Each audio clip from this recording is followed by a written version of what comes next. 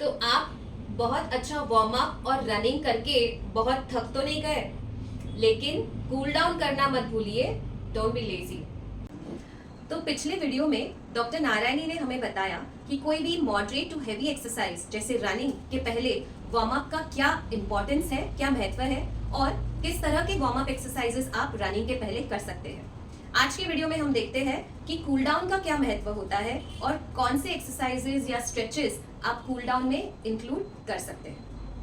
जैसे हमने जाना, कोई भी मॉडरेट या हैवी एक्टिविटी करने से पहले आपका हार्ट रेट और ब्रीदिंग रेट धीरे धीरे बढ़ना चाहिए, जिसके लिए हम वार्म अप करते हैं। वैसे ही एक्टिविटी के समय जो आपका हार्ट रेट और ब्रीदिंग रेट बढ़ा हुआ रहता है, तो वैसे ही एक्टिविटी खत्म करने के बाद आपका हार्ट रेट और ब्रीदिंग रेट धीरे धीरे कम होना जरूरी है, नहीं तो आपके हार्ट और लंग्स पे स्ट्रेस आ सकता है। इसीलिए कूल डाउन बहुत ही जरूरी होता है। कोई भी हैवी एक्टिविटी के बाद आपके मसल्स में लैक्टिक एसिड जमा हो जाता है, जिस वजह से आपको बहुत सारा सोरनेस महसूस होता है, जिसको हम क्रैम्प्स कहते हैं, वो आते हैं। तो उसको टालने के लिए आपको एक अच्छा कूल डाउन जिसमें स्ट्रेचेस इंक्लूड होते हैं वो करना जरूरी होता है। तो अभी हम देखते हैं कि आप कूल डाउन में किस तरह के स्ट्रेचेस लोअर बॉडी के लिए ऐड कर सकते हैं। अभी हम देखते हैं कि हैमस्ट्रिंग्स यानी आपके थाइस के पीछे के मसल को कैसे स्ट्रेच कर सकते हो। आपको सीधा लेट के पैर उठा के घुटने के पीछे पकड़ना है दोनों हाथों से और पैर को घुटने से स्ट्रेट करना है। जितना हो सकते हो उतना स्ट्रेट करना है। आपको थाइस के पीछे अच्छा स्ट्रेच महसूस होगा। इसको 20 से 30 सेकंड तक पकड़ के रखना है और 2 बार रिपीट कर सकते हो। ये स्ट्रेच आपको दूसरे पैर पे भी रिपीट करना है। आप हैमस्ट्रिंग्स के लिए स्टैंडिंग में भी स्ट्रेच कर सकते हैं।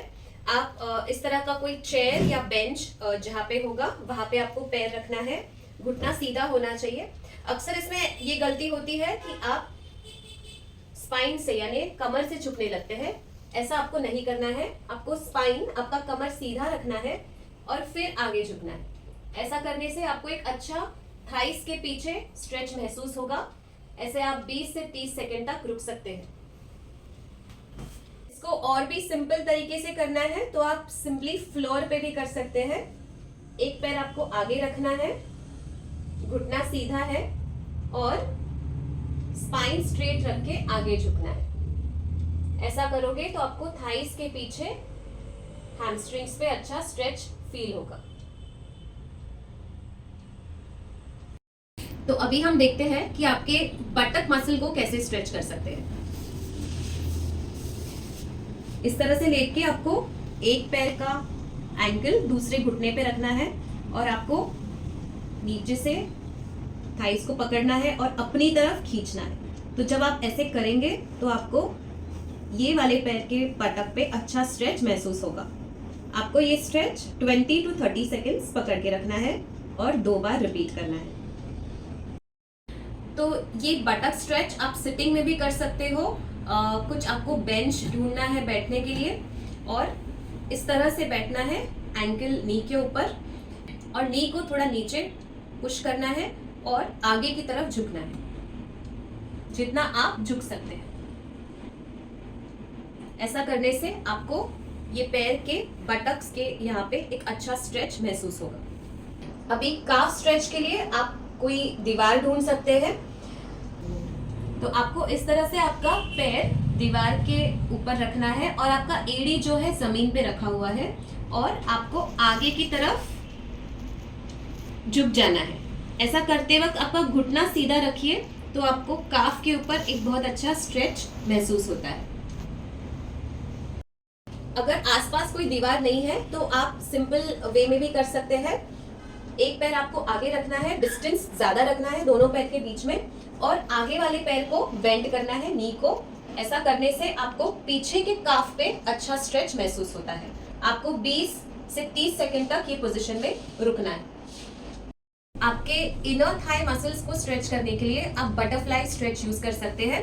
उसमें आपके दोनों तलवों को जोड़ना है और जितना हो सकता है पास में लेके आना है। ओके, और अगर आपके नीज नीचे टच नहीं होते हैं तो आप उसको हाथों की मदद से नीज को नीचे पुश करना है। अगर टच हो रहे हैं तो आप घुटनों को रिलैक्स छोड़ दीजिए और ये पोजीशन में 20 to 30 सेकेंड्स रुकना है। अगर ये आपके लिए बहुत इजी है और आपको ज़्यादा स्ट्रेच महसूस नहीं होता है तो इसमें आप आगे भी झुक सकते हैं।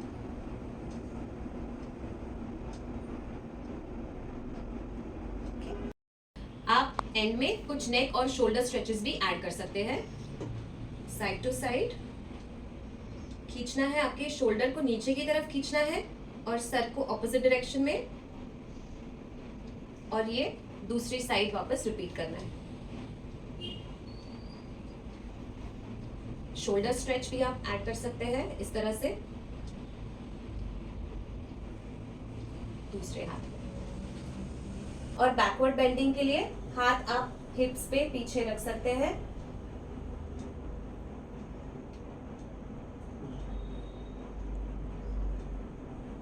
जितना हो सकता है उतना पीछे झुकना है।